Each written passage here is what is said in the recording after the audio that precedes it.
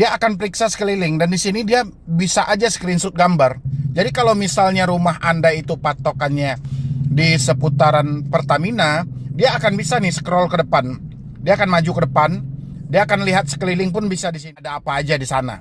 Sehingga dia bisa tahu. Jadi dia itu bisa ngomongin, saya dekat Pertamina, pas di depan misalnya yang ada tulisan, oke.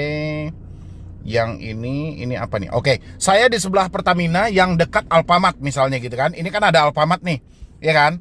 Pasti dia akan screenshot di sini nih. Dia akan screenshot di sini. Dia akan gambar. Dia akan kirimkan sama Anda. Kira-kira rumah Anda patokannya berapa jauh lagi dari Pertamina ini gitu loh. Itu sudah akal-akalan debt collector. Jadi orang-orang mengira, ya kan, debt collector itu melacak lokasi, ya kan? Debt collector itu benar-benaran datang ke rumah gitu loh. Yang paling parah di sini buat teman-teman semuanya, yang paling parah nih ya, kalau seandainya ini Anda, tempat tinggal Anda itu bergandengan dengan Alfamart ini, dan kebetulan di salah satu. Yo, assalamualaikum warahmatullahi wabarakatuh. Selamat sore buat teman-temanku semuanya, khususnya yang sudah ada di YouTube Solusi Hutang MB. Ini rambut baru Mendy Brownie ya.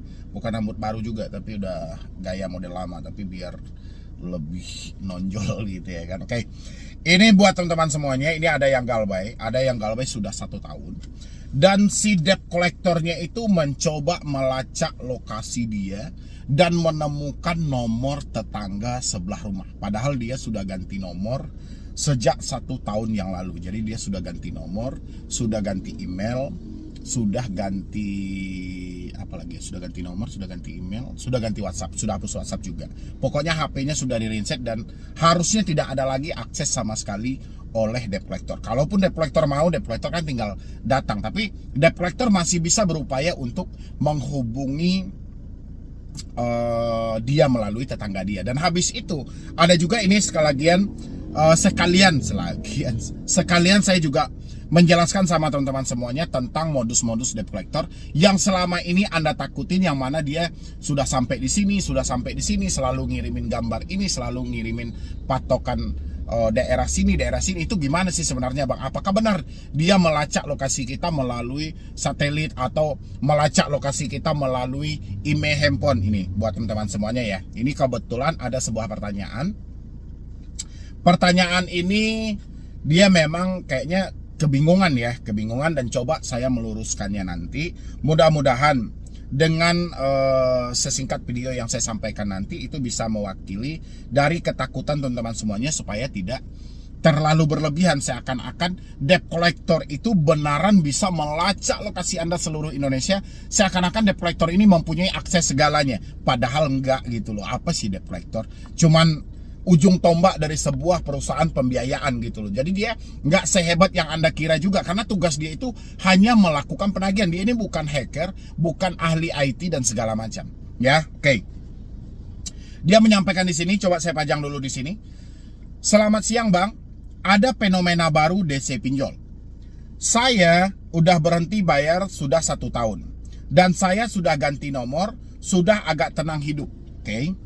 Tapi sekarang cara DC adalah menelpon tetangga rumah ortu saya, menelpon tetangga rumah orang tua saya, padahal saya nggak pernah punya nomor tetangga tersebut. Dan orang tua saya juga tidak punya nomor tetangga tersebut. DC langsung menyebutkan nama saya, akhirnya tetangga pergi ke rumah orang tua saya untuk memastikan hal tersebut.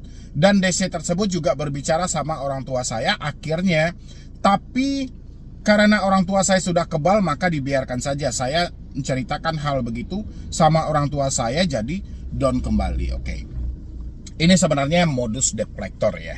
Mungkin di awal mbaknya lupa memasukkan alamat, atau alamatnya sesuai dengan alamat orang tua. Mungkin karena sudah sekian lama mbak beranggapan ini sudah selesai. Itulah makanya yang saya bilangin itu tentang wajib menagih 90 hari itu hanya pinjolnya yang dilarang melakukan penagihan. Tapi debt collector tetap aja, walaupun itu debt collectornya eksternal, walaupun debt collectornya internal, ya kan? Tapi kita juga nggak tahu entah ini yang nelponnya eksternal atau internal, karena pinjol itu ada yang sudah bekerja sama dengan field collection atau vendor atau pihak ketiga, ada juga yang tidak. Oke? Tapi terlepas dari hal itu, mbaknya nggak usah ngedon dulu. Kenapa dia bisa menemukan nomor tetangga? Hanya ada dua, ya kan? Dua pilihan. Pertama, mungkin tetangganya itu adalah seorang pedagang. Saya juga tidak diuraikan di sini ya. Tetangganya itu profesinya apa? Apakah dia berdagang, membuka toko all shop, atau membuka sebuah toko yang ada pelang nama dan segala macam? Ya kan? Nanti mbak bisa ulangin lagi DM saya ini sebagai perwakilan buat teman-teman semuanya. Mana tahu mengalami hal yang sama juga gitu loh ya kan. Yang mana kalau misalnya ada tetangga Anda yang dihubungi, yang pertama ya kan, kemungkinan besar itu mereka ada yang berjualan. Berjualan itu habis itu mendaftar di Google Map, ya kan? Ketika dia mendaftar di Google Map dan kebetulan debt collector sedang mengcek alamat Anda melalui Google Map untuk melihat sekeliling di lokasi Anda. Seperti apa di sekeliling lokasi Anda. Dan kebetulan tersorotlah alamat dari si toko ini dan ada menyematkan nomor handphone. Ya, atau misalnya gitu loh. Dia menghubungi teman Anda, entah siapa itu teman Anda, nggak tahu. Tapi karena teman Anda ini berada jauh, dan teman Anda ini coba hubungi aja ini, dan ini adalah tetangga sebelah rumah dia. Mungkin itu bisa lebih cepat untuk dikasihkan kepada orang tuanya. Tapi sebelumnya teman-teman boleh coba pahami ini dulu.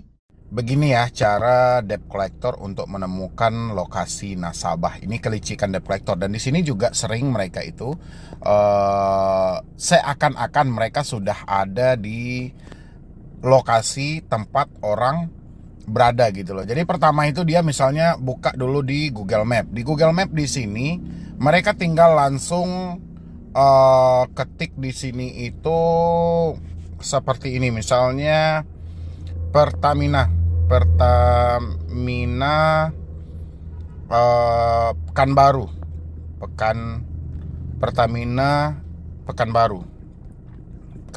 oke. Kita scroll aja di sini, ya. Langsung ini ditunjukin, ya kan? Ini kan macam-macam nih kan Pertaminanya kan. Dan di sini debt collector akan memilih salah satu ya kan. Salah satu Pertamina itu akan dipilih dan mereka akan buka fotonya di sini. Oke. Ini dia akan periksa sekeliling, dan di sini dia bisa aja screenshot gambar. Jadi kalau misalnya rumah Anda itu patokannya di seputaran Pertamina, dia akan bisa nih scroll ke depan. Dia akan maju ke depan, dia akan lihat sekeliling pun bisa di sini. Gitu loh. Dia bisa lihat sekeliling. Ya. Di sini dia bisa periksa nih. Sekeliling itu dia bisa periksa. Ini ada apa aja di sana. Sehingga dia bisa tahu. Jadi dia itu bisa ngomongin, saya dekat Pertamina, pas di depan misalnya ada ini apa nih ya, nggak jelas juga bacaannya. Pokoknya yang ada tulisan, oke. Yang ini apa nih? Oke, saya di sebelah Pertamina yang dekat Alfamart misalnya gitu kan. Ini kan ada Alfamart nih, ya kan? Pasti dia akan screenshot di sini nih. Dia akan gambar. Dia akan kirimkan sama Anda, kira-kira rumah Anda patokannya berapa jauh lagi dari Pertamina ini gitu loh. Itu sudah akal-akalan debt collector. Jadi orang-orang mengira, ya kan, debt collector itu melacak lokasi, ya kan. Debt collector itu benar-benaran datang ke rumah gitu loh. Yang paling parah di sini buat teman-teman semuanya, yang paling parah nih ya, kalau seandainya ini Anda, tempat tinggal Anda itu bergandengan dengan Alfamart ini, dan kebetulan di salah satu Alfamart ini apa ini? Ini ada namanya Sinar Harapan ya. Ini mohon maaf ya Pak ya, kalau orang Sinar Harapannya nonton, ini mohon maaf, ini sebagai contoh aja. Jadi kalau misalnya rumah Anda bergandeng dengan toko dari Sinar Harapan ini, dan kebetulan Sinar Harapan ini mempunyai pelang nama seperti ini dan ada nomor handphonenya, debt collector akan menghubungi dari nomor handphone tetangga Anda ini. Kalau misalnya dia adalah seorang usaha atau buka toko kue dan segala macam gitu loh, dia akan ngubungin di sini, ya kan? Dia pasti akan ngubungin. Atau misalnya di sini kan juga ada nih komentar-komentar dari orang-orang. Oh, ini nggak ada komentarnya ya. Jadi kayak komentar mereka mereview di sebuah tempat gitu loh. Jadi mereka memberikan ulasan, ya. Jadi akal-akalan debt collector itu banyak. Jadi kalau misalnya nanti teman-teman misalnya, Bang, saya galbay sudah 1 tahun Bang, tiba-tiba debt collectornya itu kok tahu ya, oh nomor tetangga saya. Jadi kurang lebih mereka melacaknya seperti ini gitu loh, Ya, jadi dia patokannya daerahmu dulu, diketikin alamatmu. Nanti di seputaran alamatmu itu apa tempat-tempat yang ada. Misalnya ada Pertamina, dia akan sampaikan berapa jauh lagi nih tempat tinggalmu dari Pertamina ini. Misalnya patokannya Alfamart, berapa jauh lagi nih dari Alfamart ini gitu loh. Paling dia screenshot dan dia potong nih, seakan-akan dia itu benaran datang, padahal nggak ada, dia ngambil cuman di Google Map. Dan habis itu kalau misalnya dia ngubungin tetangga itu biasanya gara-gara plang nama yang tersorot dari Google Map. Dan di sana ada nomor telepon dan mereka ambil aja tuh nomor telepon. Dan dia ngubungnya, apakah Anda tetangga si A? Dan kebetulan orang yang dihubungi ini benar-benaran kenal sama Anda gitu loh. Ya udah, kesempatan di sana. Ya, sampai di situ paham ya buat teman-teman. Oke, sudah ya. Di sana sudah ada. Dan itulah kurang lebih buat teman-teman semuanya yang mana mungkin Anda selama ini juga mengalami kebingungan ya, kok bisa debt collector mengambil screenshot gambar yang tepat dan persis banget dekat rumah saya gitu loh. Itu semuanya karena kita ini kan sudah beranjak ke digitalisasi. Jadi untuk Google Map itu kan itu sudah mengandalkan untuk Gojek sebenarnya ya, Gojek dan lain sebagainya. Kita juga sebagai petunjuk jalan. Di sana setiap daerah itu pasti akan tersorot. Jadi Anda nggak usah heran kalau misalnya ada debt collector yang mengirimkan gambar misalnya, Anda berapa jauh lagi nih dari patokan ini, ya kan? Atau misalnya debt collector, Anda tahu nggak toko ini? Ya, kebetulan toko itu sebelah rumah Anda juga gitu ya kan. Itu tetangga Anda apa bukan? Jadi Anda sudah dedekan duluan. Atau misalnya dia menghubungi tetangga Anda dan tetangga Anda itu ngasihin nomor atau ngasihin telepon ke orang tua dan segala macam. Nanti bisa dijelaskan aja, nanti pas mbaknya pulang bisa dijelaskan aja. Kalau misalnya masih ada debt collector yang menghubungi saya, menyebutkan atas nama saya berhutang, tolong nanti debt collectornya suruh ke sini aja. Nggak usah dikasihin telepon itu sama orang tua saya, cukup sampaikan saja silahkan kunjungi rumahnya dan itu tidak ada urusan dengan saya. Pesankan aja sama tetangganya seperti itu dengan cara baik-baik ya. Dan sisanya buat teman-teman semuanya, terlepas dari pelacakan lokasi yang ada itu sebenarnya omong kosong aja.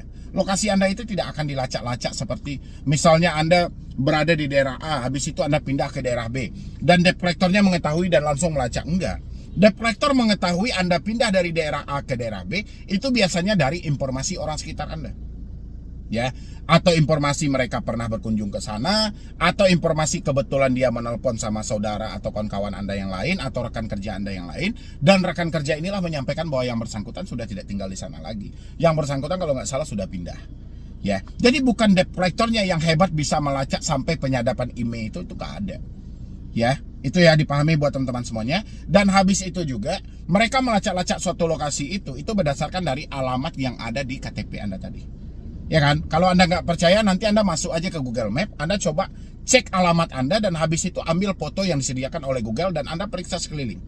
Kurang lebih seperti itu juga lah debt collector itu untuk melihat-lihat lokasi Anda. Ya, ini saya sampaikan. Dan teman-teman nggak perlu down juga, nggak perlu takut juga. Apa yang perlu ditakutkan? Memang faktanya kita tidak bayar pinjol itu bukan unsur disengaja, tapi memang real kenyataan duit kita sudah nggak ada. Dan lagian tidak ada juga risiko berat, apalagi sudah galbenya 1 tahun 2 tahun itu Anda nggak usah terlalu dipikirkan lagi gitu loh. Ya, nggak usah terlalu heran lagi dengan disebut dengan fenomena baru dan segala macam, enggak. Ya, karena seiring gonta-gantinya debt collector, pasti akal mereka untuk melihat hal itu juga makin banyak kan, skenarionya juga makin banyak, ya. Kira-kira teman-teman yang mendapatkan hal yang sama siapa hari ini? Seperti yang saya tayangkan di video tadi, seperti yang saya tayangkan itu tentang pelacakan melalui Google Maps. Siapa yang pernah mendapatkan screenshot seperti itu? Ya, kedepannya nggak usah takutan lagi, itu cuman akal-akalan debt collector. Oke, mungkin sekian dulu dari saya, Medi Broni. Wassalam.